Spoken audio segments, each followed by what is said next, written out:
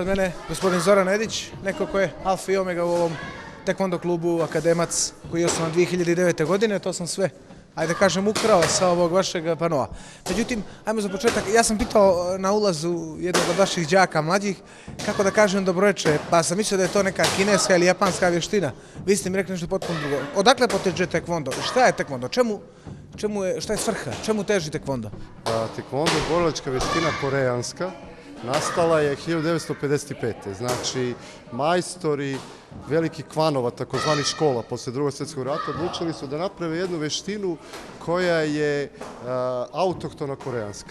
Znači, Kinezi imaju svoje vještine, Japanci imaju svoje i isto tako Koreja žele da ima svoje vještine, koja je danas došla do toga da je jedna od najpopularnijih vještina na svetu. Znači, recimo, po rang listi svetskoj sportova, znači taj jedan sportski deo, olimpijski tekvondo takozvani, on je na negde 43. mestu, jedino je ispred tekvondoa judo, koji je negde 10. i 11. Wushu 37. tekvondo 43. Znači, ono kad kažu kao karate popularni, nije. Nije to tako. Nastalo je, da, to ste mi pitali. Tekvondo, sama reč je skovanica od 3 reči. Znači, taekwondo, taj je noga, pon je ruka i do je način korišćenja ruku i nogu. Znači, to je nastalo više, samo osnivač tekvondo je general Choi, znači vojno lice, i ona je nastala kao neka preteča MMA. Znači, preteča MMA, vojna vještina. Znači, imala je svoje najviše ratno, kako bi se reklo, ratno krštenje za vreme Vijetnamskog rata. Kasnije to se razdvojilo, imali su tu neke razmirice, ITF je general Choi zadržao, VTF i ove što je ostao u Koreji, da su se oni razišli, da je to, ali u suštini vještina kojih vežba nekih 80 miliona registrovanih vežbača u svetu, kako bi se reklo, vještina koju nekako mi iz ljubavi tu je vežbamo, znači da je volimo. 7. godina postojanja ovog kluba, ovdje ste trenutno u osnovnoj školi Savo Pejanović, nije to slučajno. Mislim da i vi vjerujete u to da ništa nije slučajno, da je ovo prva i najstarija osnovna škola u Podgorici.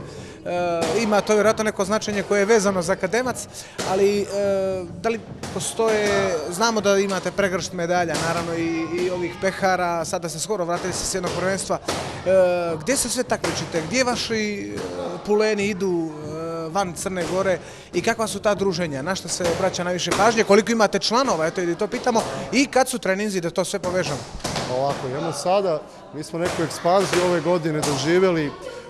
Do sada smo bili tu negde do 20-ak, ali recimo se desilo ekspanzija negde od septembra, sad imamo neki 38 članova, znači bez nas dvoje trenera glavnih, 38 članova, morali smo da podelimo u 2 grupe.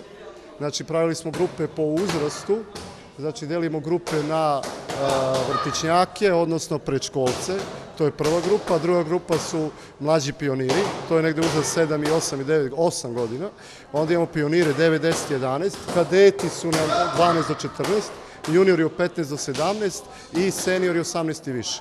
Ono što je najbitnije, pre nego što nešto kažemo o uspjesima sportskim, sama misao nas dvojica osnivača, mog prijatelja Mladena i mene, je bilo da stvorimo klub u kome će se negovati vještina.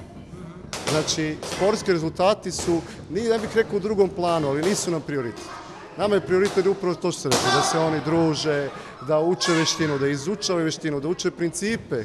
Jer tekvondo je kao svaka vještina ima svoje principe ponašanja, etiku, moral. A što se tiče sportskih rezultata, znači od 2010. 2009. naravno kad smo se osnovali nismo želeli odmah, pošto je tekvondo, taj sportski deo full kontakt, tu su znači normalni, još uvek ide se na neko ublažavanje pravila u sportskoj borbi, da su još uvek normalni nokauti i tako dalje, jer je full kontakt, iako mi vidite, mi imamo totalnu opremu, i kacige, i štitnici za noge, suspenzori, štitnici, guma zube, oklopi, ali opet se dešavaju povrede.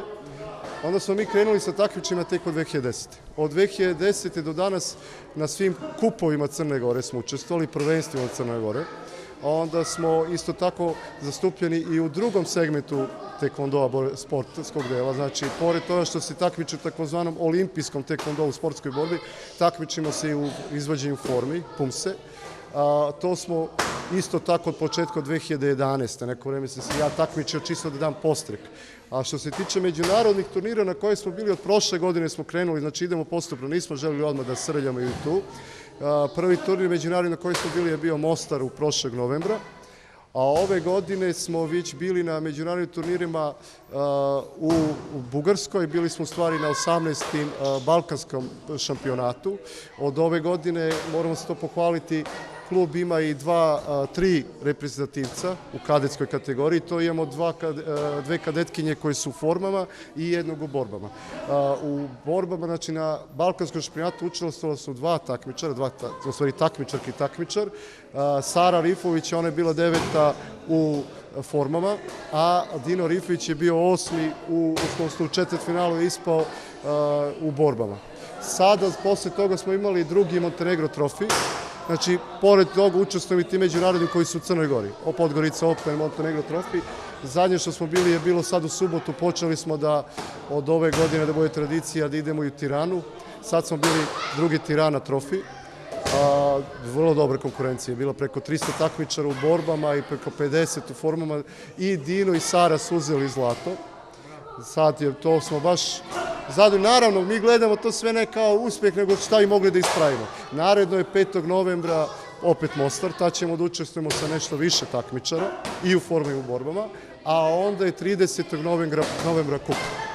Znači, kup koji je, tu ćemo i masovnije, pored toga, posle toga sredi u decembru polaganje za pojaseve, pošto sam ja istovremeno kao nosilac 4. dana i član dan komisije, znači mi na nivou Taekwondo saveza nemamo kao drugi možda klubovi što rade i druge veštine po klubovima polaganja. Nama je učenička polaganja moraju na nivou saveza, a majstorska jedino internacionalna kod velikih majstora nama svake godine i to isto učestvujemo. Kukijevom seminar se održava u Crnoj Gori koji vodi veliki majstor Likvan B koji je 9. dan. Znači neka vrsta alfa i omega u Taekwondo u Evropi.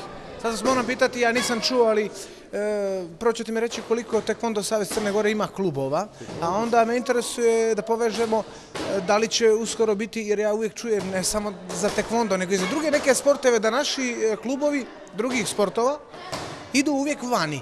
Da li postoji neka ideja da Crna Gora napravi neki veliki Montenegro Open, gdje će doći Evropa cijela da vide malo Podgoricu i Crnu Goru? Jeste, upravo to. Mi sad trenutno u Savezu imamo 10 klubova, odnosno radi 15 klubova. Taekwondo je malo zastupljeno u Crnoj Gori, što je meni neobično, jer recimo on je sad u Srbiji u ekspanziji, u Hrvatskoj ekspanziji, ako gledamo okruženje, u Turskoj je drugi sport iza fudbala, u Iranu isto tako, znači ono popularni sport. Ali dobro, idemo polako malim koracima. Što se tiče međunarodnih turnira, postoje dva Podgorica Open, Montenegro trofej, koji se organizuju u Crnoj Gori. Podgorica Open je ove godine bio drugi, prošle godine je počelo, to je početkom maja, a Montenegro trofej je u septembru, a sada je morao zbog Balkanskog šampionata, jer on bio 23. i 24. septembra, morao je se odgodi za 8. oktober. To su neki turniri sad, što se tiče nekog jačeg turnira, gledajte, Taekwondo samim tim što je toliko popularan, on je istovremeno velike konkurencije. Znači, vi imate G turniere, kao što je Masters turniri u tenisu, gde se boduje liste i tako dalje. Srbija, recimo, ima tek u zadnjih možda 10 godina jedan G1, kao što je Galeb Open. Hrvatska ima Croatia Open. Znači, dok mi dođemo do tog nivoa, ali u suštini sada su na Balkanskom šampionatu kao reprezentacija smo se pokazali sa 14 takmičara, osvojili smo 8 medalja. Znači, to je uspeh, s obzirom koja je konkurencija bila. Interesuje me za kraj, sada je popularan ovaj film Jesam samuraja Danila Bečkovića, doduše priča se o karateu, ali jedna poenta, odnosno dvije poente su u filmu, barem po meni, da se za ljubav najteže boriti i da sportista uvijek mora biti sportista i na terenu i van njega. Koliko je iz ovaj sport važno, da li talenat, ono kao što svi kažu već u današnje vrijeme, to je 3 do 5%, a 95% je taj rad. Da li je to i u ovom sportu taj slučaj? Pa u Taekwondu kao borilačkoj vještini upravo je to. Ja upravo njima svima pričam, možda čak i manje od 3%. Znači, moraš imati neke karakteristike ljudske, da li si ono, da li si brz, da li si efikasan, da li, što se kaže, imaš nešto u sebi za to. To je to što ti trebaš da ima čovjek u sebi. Ostalo je sve rad. Znači, sve je u suštini rad. A ovo znanje i veštinu ne iskoristiti, ne daj Bože, protiv protivnika koji ne zna. Ne, gledajte, to ja njima isto uvijek pričam. Kod nas ja ne znam, malo sam se raspitivao, mislim da to još uvijek, ali u Evropi postoji zakon, da ti uvijek moraš upozoriti nekoga da se baviš borilačkom veštinom. Druga stvar, ja ih i savjetujem. Znači ja za 21 godinu koliko se bavim ovim nisam se potukao. Ja ih savjetujem da jednostavno izbjegavaju. Znači ne mogu ići na mjesta gdje su neka okupljena diskoteke i slično, gdje može doći do konflikta. Žalim, ali to je odgovornost nekoga koji se bavi borilačkom veštinom. Ako posebno ima crni pojas, onda je odgovornost još veća. Zorane, hvala vam najljepša što ste izdvojili vremena da budete gost u emisiji Na domaćem terenu.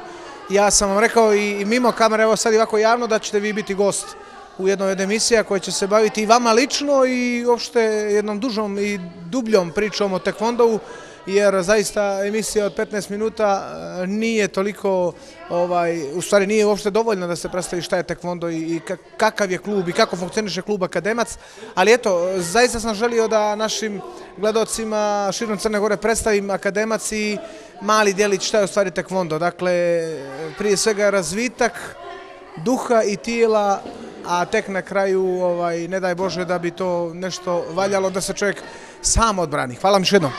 Da, naravno, hvala vama.